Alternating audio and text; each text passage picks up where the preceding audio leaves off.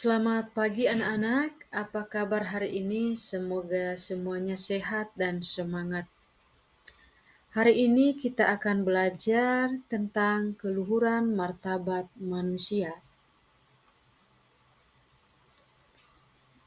Yang menjadi tujuan pembelajaran di sini adalah peserta didik mampu menjabarkan sikap dan pandangan gereja tentang keluhuran martabat manusia dan pada akhirnya mampu bersyukur dan membangun sikap menghargai keluhuran martabat manusia.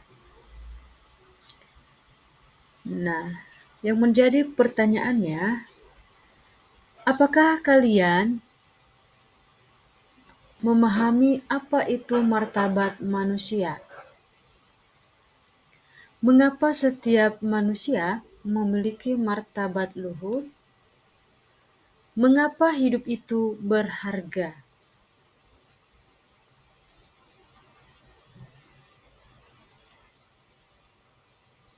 Definisi keluhuran martabat manusia.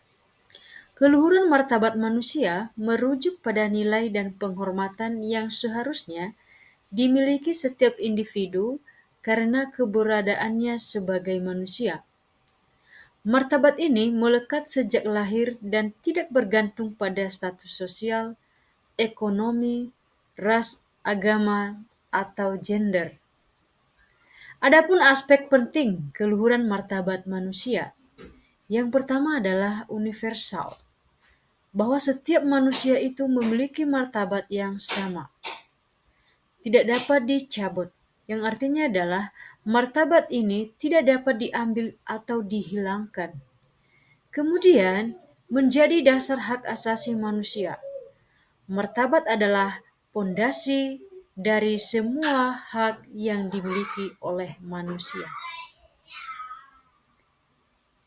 Lalu, dalam kehidupan masyarakat, masih dapat kita temukan ada berbagai pandangan tentang keluhuran martabat manusia. Antara lain, seseorang dihargai karena penampilannya. Kemudian, seseorang dihargai karena harta kekayaan yang dimilikinya. Kemudian, seseorang dihargai karena jabatan atau kekuasaan yang dimilikinya.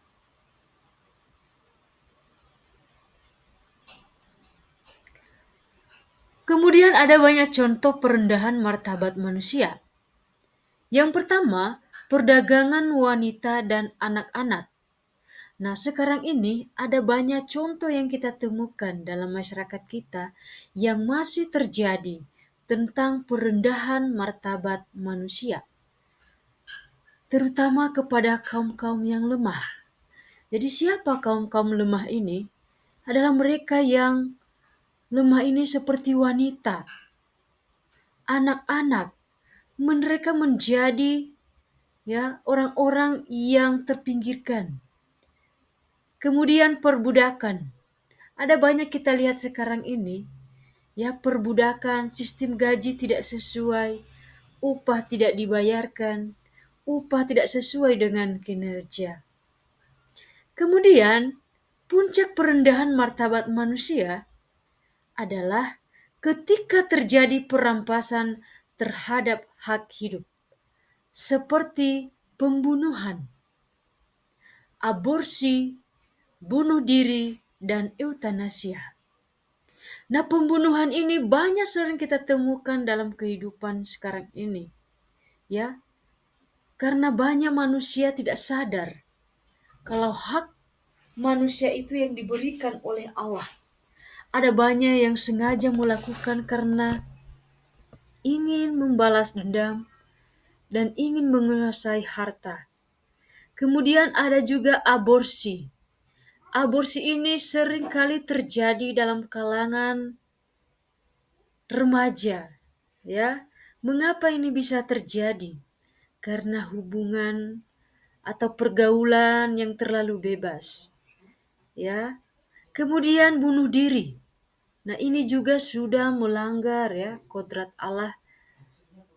Dia menghabisi dirinya sendiri dan mencabut hak hidupnya sendiri. Kemudian eutanasia, nah tindakan-tindakan seperti ini juga sering dilakukan. Banyak kita temukan tindakan ini yang dilakukan oleh dokter yang melakukan ini supaya pasiennya tidak merasakan sakit lagi. Dan biasanya dalam euthanasia ini adalah ada persetujuan dari pihak keluarga.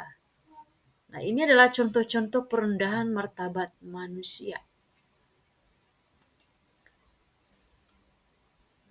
Lalu, sebagai remaja, terkadang kita juga melakukan berbagai bentuk perendahan martabat manusia, seperti merasa diri paling hebat, orang lain dianggap lebih rendah, merasa paling benar, paling pandai, orang lain dianggap bodoh atau tidak berkualitas. Kemudian mengucilkan teman karena perbedaan keyakinan, status sosial, suku, dan sebagainya. Nah, ini juga sering terjadi di kalangan remaja. Nah, mungkin di kelas kita pernah terjadi bentuk-bentuk perendahan yang terjadi. Contoh, ya, ada yang menganggap bahwa dirinya paling hebat di kelas. Orang lain dianggap rendah, tidak tahu apa-apa. Kemudian ada yang merasa paling benar, yang lain mah tidak. Kemudian ada yang merasa paling pandai, yang lain dianggap bodoh. Nah, itu juga termasuk bentuk perendahan terhadap martabat manusia. Atau menganggap temannya tidak berkualitas, kemudian mengucilkan teman karena perbedaan keyakinan. Nah, ini sering terjadi ya.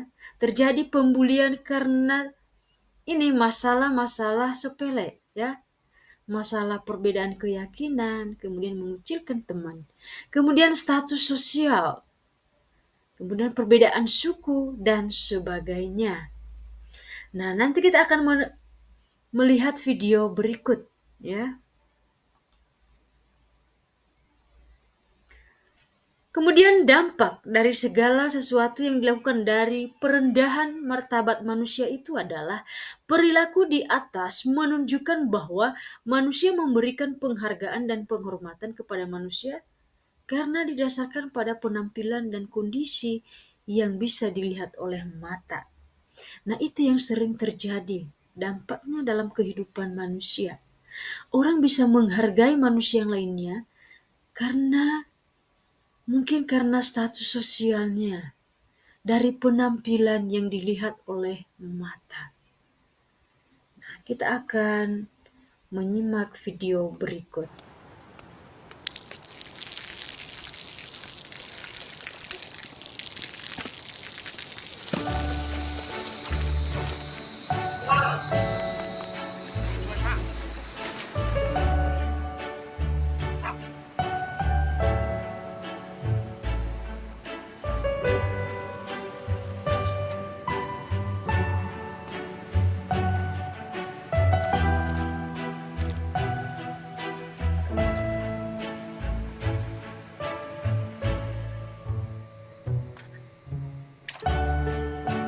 เขาจะได้อะไรถ้าเขาทำแบบนี้ทุกวัน